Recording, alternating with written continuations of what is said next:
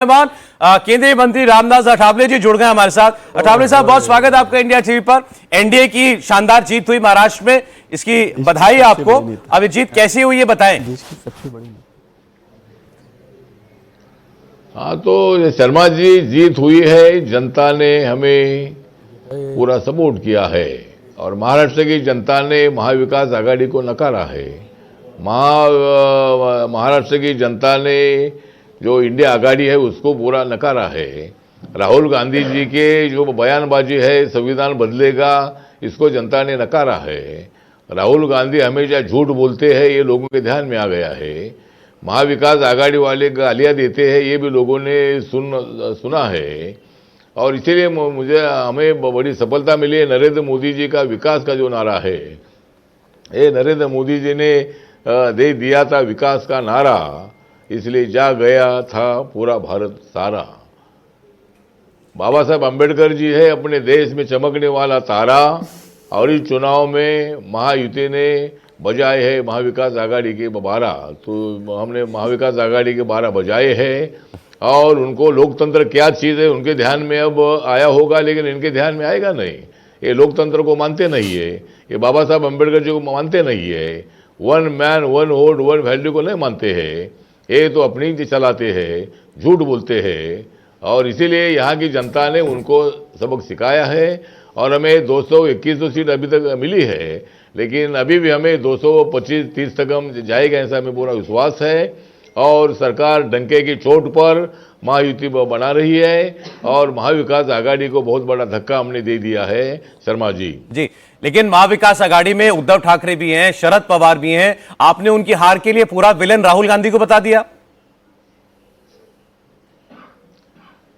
हाँ, तो राहुल गांधी इधर आकर ऐसा प्रचार करते थे। राहुल गांधी जी संविधान दिखा कर लोगों को बोलते थे कि भाई वो संविधान पूरा खाली रहता था, पूरा कोरा रहता था, अंदर के पेज है वो। और संविधान दिखा कर वो झूठ बोलते थे। अदानी का संबंध नरेंद्र मोदी जी को जोड़कर हमेशा उल्टी सीधी बात करते थे। और इसीलिए मतलब, और यहाँ भी राहुल गांधी तो इसके लिए कारण ही है। लेकिन माननीय उद्धव ठाकरे जी ने कांग्रेस राष्ट्रवादी कांग्रेस के साथ जाकर गद्दारी की थी पहले। लेकिन हमारे संजय राउत जी हमेशा बोलते एकनाथ शिंदे जी को ये गद्दार है, ये गद्दार है, ये मतलब खोखेबाज है।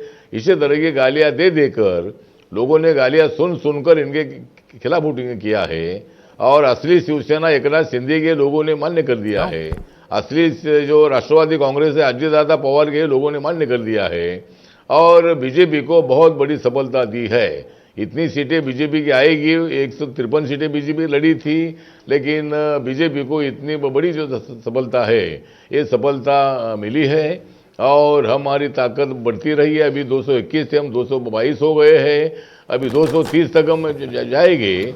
और कांग्रेस राष्ट्रवादी कांग्रेस पवार साहब की और उद्धव ठाकरे की जो शिवसेना है, इनको बहुत बड़ा झटका लगा है। इनको बहुत बड़ा लगा है झटका, और जनता ने दे दिया उनको फटका। देवेंद्र फडणवीस को मुख्यमंत्री होना चाहिए क्या? रामदास अठावले जी, आपका क्या मानना है? लगता है कि मुख्यमंत्री के लिए अभी के सिचुएशन में वो बेस्ट हैं देवेंद्र फडणवीस? हाँ, तो मुख्यमंत्री के लिए तो मतलब हमारे में कोई विवाद नहीं है। माननीय एकनाथ शिंदे जी, देवेंद्र फडणवीस जी, अजित दादा पवार जी ने ऑलरेडी ये बताया है कि भाई हम दावेदार नहीं है, हम उत्सुक नहीं है। और जो भी निर्णय नरेंद्र मोदी साहब, अमित शाह साहब लेंगे, वो हमको मंजूर रहेगा। आपकी इच्छा क्या है? फडणवीस साहब सीएम बन जाए? तो इसलिए कल, आज या कल इसका फैसला हो सकता है, और तीनों में से एक मुख्यमंत्री बनेगा, ऐसा मुझे पूरा विश्वास है। आपकी इच्छा क्या है? आपकी राय क्या है? क्या आपको लगता है कौन सा व्यक्ति अभी मुख्यमंत्री के लिए बेस्ट है, शिंदे साहब या देवेंद्र फडणवीस या कोई और? मेरी राय ये है कि तीनों में से एक मुख्यमंत्री बनना चाहिए, महायुति का मुख्यमंत्री बनना चाहिए। और उस मंत्रिमंडल में मेरे पार्टी का एक मंत्री होना चाहिए। मतलब ये मेरे पार्टी की डिमांड है। मेरे पार्टी को 2 सीटें मिली थी, और 2 सीटें हमारी चुनकर आ रही है। तो हमारे पार्टी को एक एमएलसी और एक मंत्रिमंडल में जगह मिलनी चाहिए। ये कल देवेंद्र फडणवीस जी में हमारी बात हुई है, और आरपीआई को इसमें मौका मिलेगा। रामदास जी, आज अपने अंदाज में महाराष्ट्र के इस मैंडेट को बयां कर दीजिए, कुछ पंक्तियां सुना दीजिए चाचा भतीजे के परिणाम पर, असली और नकली शिवसेना के परिणाम पर। हाँ, मतलब जिस तरह ये जो रुझान आए हैं, ये रुझान तो मतलब महाविकास आघाड़ी के आंखों में तेल डालने वाले ये रुझान आए हैं। संजय राउत जैसे लोग बोल रहे हैं कि भाई ये हमको मंजूर नहीं है, ये मैंडेट नहीं है। क्या मैंडेट होता है? लोकसभा में जब इनको ज़्यादा सीटें मिली थी तब उनके तरफ से मैंडेट था, अभी हमको ज़्यादा सीटें मिली तो मैंडेट नहीं है। क्या लोकतंत्र इनको मंजूर नहीं है क्या?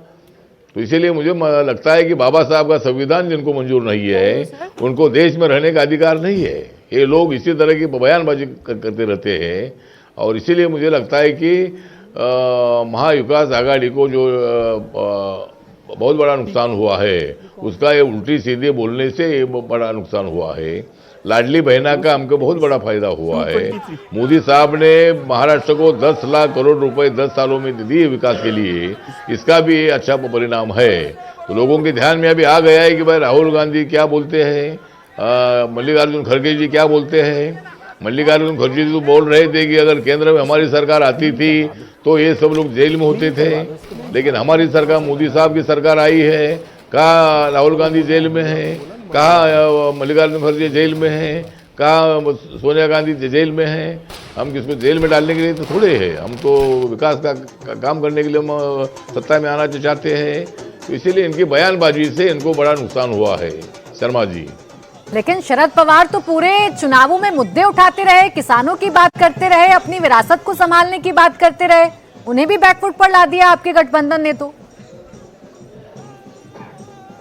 हाँ, तो मतलब पवार साहब तो बातें करते रहे। पवार साहब एक आदरणीय नेता है, हमारे बड़े नेता है, उन्होंने महाराष्ट्र के विकास में उनका भी अच्छा योगदान है, लेकिन वो किसानों की बात करते रहे। लेकिन किसानों को मालूम था कि हमारा नेता नरेंद्र मोदी जी है। मोदी जी ने जो किसानों के कानून तो पीछे ले लिए थे, मोदी जी ने उनके अकाउंट में 6-6 हज़ार रुपये डाले थे, मोदी जी ने अनेक किसानों के लिए योजनाएं बनाई थी।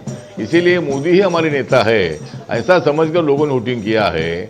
पवार साहब ने कोशिश तो की लेकिन उनको इतनी सफलता मिली नहीं। उनकी राष्ट्रवादी कांग्रेस नकली राष्ट्रवादी कांग्रेस है, लोगों ने मतलब अपना ओपिनियन दे दिया है। उद्धव ठाकरे जी की जो शिवसेना है, नकली शिवसेना है, ये लोगों ने मतलब ये मैंडेट दे दिया है। तो इनके ध्यान में आना चाहिए, उद्धव ठाकरे जी ने उधर नहीं जाना चाहिए था, उद्धव ठाकरे जी ने हमारे साथ रहना चाहिए था, लेकिन वो नहीं रहे, तो उनका बहुत बड़ा नुकसान हुआ है। इसलिए मुझे लगता है कि जनता हमारे साथ है और ये अंदर की बात है। अठारवी साहब, देश की राजनीति के लिए महाराष्ट्र के नतीजों का क्या मैसेज है? विपक्ष ने कहना शुरू किया था 4 जून के बाद कि मोदी कमजोर हो गए, मोदी सरकार 2 बैसाखियों पर टिकी हुई है। अब इस वक्त क्या मैसेज है इस जीत के बाद? मुझे लगता है कि जिस तरह लोकतंत्र में जिसको बहुमत होता है उनको सत्ता में आने का अधिकार होता है। जरूर हमारी सीटें लोकसभा में कम आई, लेकिन 293 सीटें हमको मिली है और 543 सीटों में से 293 सीटें हमको मिली। सरकार बनाने के लिए 272 सीटें लगती है, तो हमको क्लियर बहुमत मिला है। जितनी ज़्यादा सीटें मिलनी चाहिए तो नहीं मिली। उसका कारण ये था कि संविधान बदलेगा इसी तरह का प्रचार किया गया, आरक्षण जाएगा इस तरह का प्रचार किया गया, और इसीलिए मुझे लगता है कि और देश में हुकुमशाही आएगी, डिक्टेटरशिप आएगी, इसी तरह का प्रचार हुआ। इसलिए हमारा नुकसान हुआ था, लेकिन अभी लोगों के ध्यान में आ रहा है ये प्रचार झूठा था, ये लोग झूठे लोग हैं और नरेंद्र मोदी जी सही आदमी है, वो विकास कर रहा है, बहुत सारा डेवलपमेंट हो रहा है। महाराष्ट्र में लोगों ने देखा कि इतना डेवलपमेंट हुआ है, इतना पैसा महाराष्ट्र के लिए आया है, और इसीलिए लोगों ने मतलब विकास को वोट दिया है। लाडली बहना की योजना को लोगों ने दे दिया है। और मेरा जो समाज है, दलित, बौद्ध और अम्बेडकरी समाज है, ये समाज थोड़ा लोकसभा में तितर बितर हुआ था, लेकिन इस विधानसभा के चुनाव में विदर्भ में, मराठवाड़ा में, मुंबई में, पश्चिम महाराष्ट्र में, उत्तर महाराष्ट्र में, कोंकण में, सभी जगह पर हमारा बुद्धिस्ट दलित कम्युनिटी जो है उन्होंने पूरा महायुति को वोट दिया है। इसीलिए महाविकास आघाड़ी का खोखला हो चुका है और महाविकास आघाड़ी पूरी बर्बाद हो चुकी है।